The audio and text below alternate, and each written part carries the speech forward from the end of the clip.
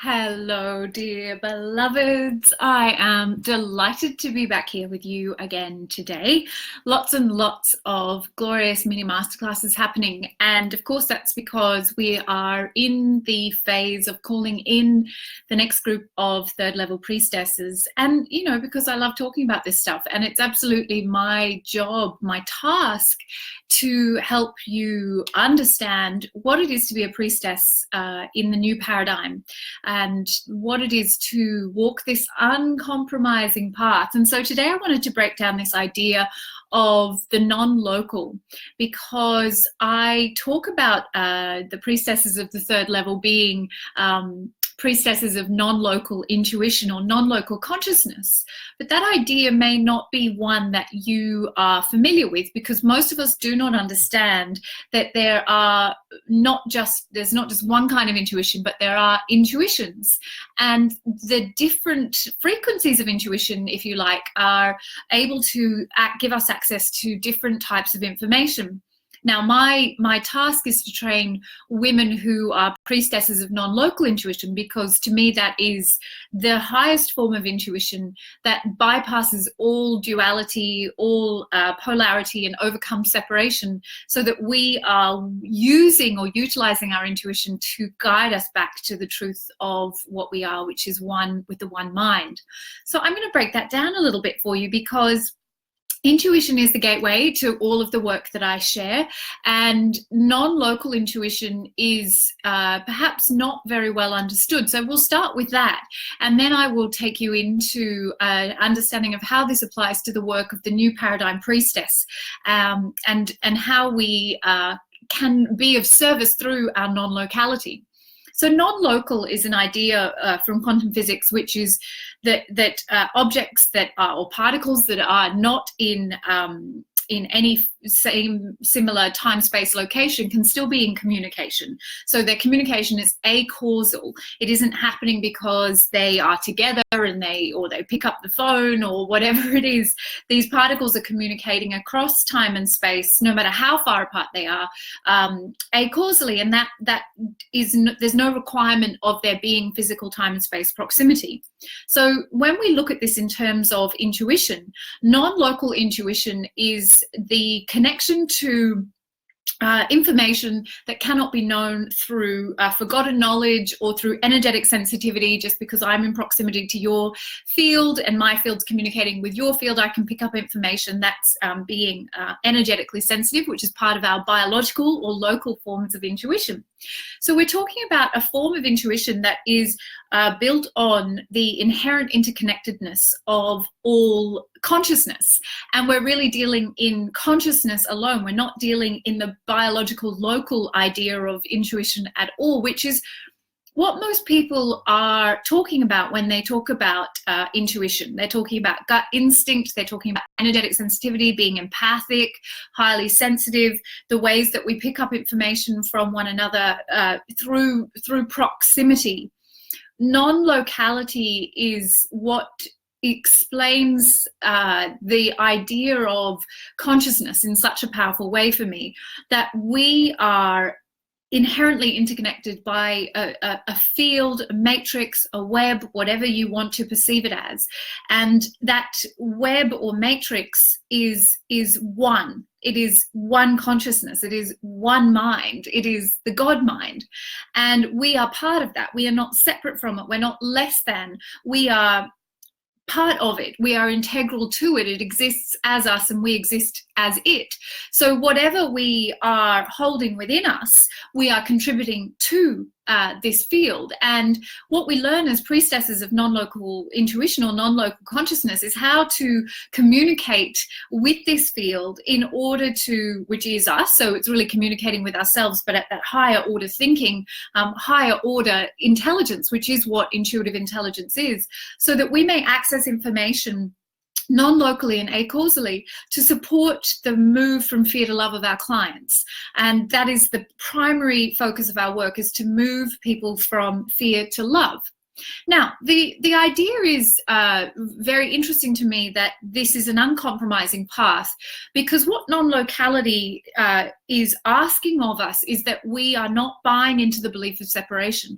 We are going back to the greatest mind, the one mind, the God mind, and we are connecting into that intelligence in order to serve our clients. So we're not tuning into lower frequencies, such as the psychic or astral planes, to buy into the belief in separation. So everything in this simulation, this seemingly real world, which is not real at all, but is simply a simulation, or if you like to think of it as like a computer game or a holograph, it is a projection of our consciousness, and that's collectively and individually.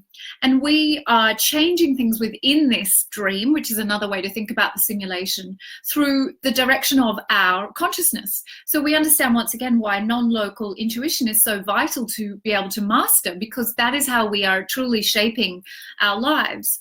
We're not dealing in the lower frequencies. We are going straight to that space of unified consciousness. And I want to read something to you. I was reading this amazing book. If you don't know the work of Florence Scovel-Shinn, please do read it. But she explains something that I've been trying to wrap my head around for some time now, why my path is so uncompromising. I don't want to deal in the trinkets and superstitions of the New Age. I don't want to contribute to anything that will cause separation for the people that I serve. So I need to be the congruent demonstration of that, and I need to be able to explain why I don't deal in astrology or numerology or any kind of categorization of human identity that would cause us to label ourselves as something and to believe that is a fixed statement, that this is the way I am because I was born under this planetary alignment, or because of this, or because it's just who I am. We are restricting ourselves from becoming what we were born to remember, which is we are infinite, unlimited consciousness beyond all human categorization. And Florence, just, I swear, I wish, it's a wish that she and I were once one. Maybe I was her in another lifetime. That's my little pipe dream, because every time I read her words, I'm like, oh, I wish I'd written that. So what I want to share with you here is something that I have grappled with and have not found the words. I often do find the words, and often I don't find the words. I have found it destructive to look to the psychic plane for guidance, as it is the plane of many minds and not one mind. As we open our mind to subjectivity, we become a target for destructive forces. The psychic plane is the result of human beings' mortal thought and is on the plane of opposites. She, being the human being, may receive either good or bad messages. The science of numbers and the reading of horoscopes keep us down on the mental or mortal plane, for they deal only with the karmic path. So when I read that, I'm just seeing if there's anything else I want to add to that. I really felt a great sense of relief, because it's clearly not only me who has this vision of the uncompromising path, but also Florence. So this is The Game of Life and How to Play It, as well as her other books all put together, and I thoroughly recommend it. That idea that if we deal in the astral or psychic planes, if we deal in the stuff of the dream, we are reducing ourselves to the plane of many minds, the human-made vision of what we are. And my task is to take us all back to the one mind, to remember that we are goddess consciousness, and anything that will get between you and that truth, I cannot tolerate, because it is a compromise. So non-local intuition, to be a priestess of non-local intuition, is to walk that uncompromising path of being willing to guide your clients back to the infinite truth of what they are, and not to put anything between them and that truth. And that would be to treat the symptoms of the dream. Anything that is a man-made idea is going to be, that plane of many minds, as she so beautifully states it, is causing division and separation and polarity. And it is not my task. The work that we do as priestesses is very much to connect us back into that truth of the one mind, and to take our clients into that space. And it's a very exciting experience when we stop treating the symptoms of the dream, and we start to hand ourselves over bodily. We call this surrender intuition to that infinite consciousness within us. And then we recognize there is nothing in the dream that we could possibly need. We are simply allowing the dream to awaken our consciousness back to the truth of what we are. That is what awakening is, to take up the contents of the subconscious and to hand it back to the one mind, and to ask it to encode us with the truth of what we are, which is God. Raising consciousness is literally raising the unmet fears that sit in our shadow, in our subconscious basement, and raising them up to the level of conscious mind, so they may then be returned to the one mind, or what Florence calls the super consciousness. When we do that, we're allowing the laws to truly operate, the three immutable laws to truly be in operation. And I've been spending time today with Rachel Cannard, who's been designing the resources, really helping the students who are taking on the initiate training and taking it out into the world to grapple with the idea of how consciousness and intuition interact. And to increase your intuitive capacities is to raise your consciousness. You cannot do one without the other. To go towards increasing your intuitive ability is to become more aware, more awake, more spiritually committed. So I know we've covered a lot of ground here, but I really wanted to speak to you about non-local intuition and why it is the most powerful form of intuition, because it's the accelerant that takes us back to that one mind, to the truth of what we are, and awakens us most quickly. The biological forms of intuition, the local forms of intuition, are rudimentary survival, life protects life aspects. Even our energetic sensitivity is simply because we are electromagnetic beings. That is simply what we are. And we're interacting with each other's fields all of the time, and so we're accessing information. But that's a biological form of intuition. That isn't part of our intuitive intelligence, our superpower, our highly spiritual intuitive capacities.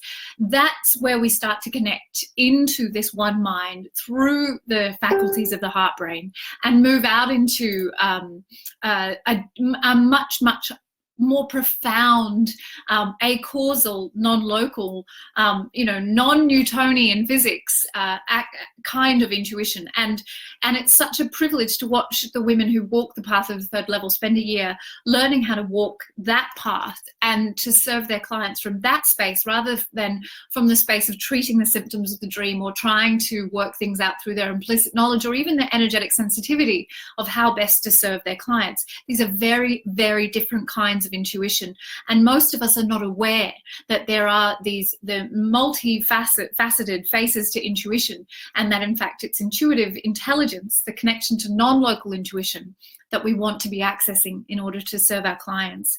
The prayer of the priestess of the third level is increase my power to serve. And to do that, we put down any of our limiting beliefs, even the ones that are so precious to us, our trinkets and superstitions that we love so dearly because they give us comfort and they help us explain ourselves when we can't explain ourselves, and they give us a reason why we get to behave badly when the moon's in a particular place, or whatever it is the story we have going on. We have this uncompromising commitment to remember we are God, and to return to that truth, and to offer that paradigm, that new paradigm, to birth and anchor this new consciousness in the world. And that's why I love this work so very much. I have been deeply overwhelmed, as I've mentioned a number of times, by the response to this intake of the third level. It has overwhelmed me completely, the number of women who have said yes and booked in their interviews. And I know that 2020 is going to be an epic year. It's like everything is accelerating all of the time, and it looks like chaos because everything is in chaos so that the new order may be born. But if we are sitting back waiting for our life to get in order and all the ducks in a row and everything waiting to sort of be sorted out before we put our hand up and say, let me be of service now, then that day will never come because you've got it all back to front. It is when we say, let me be of service, that our human lives, our 3D local realities, sort themselves out because we've got it in the right order. So please don't hesitate if this is calling you, if this path is something you've been yearning for. Please book in your interview. At the very least, we'll get to know each other a little bit better and work out if this is the next best step for your life. It is my privilege, as always, to serve you.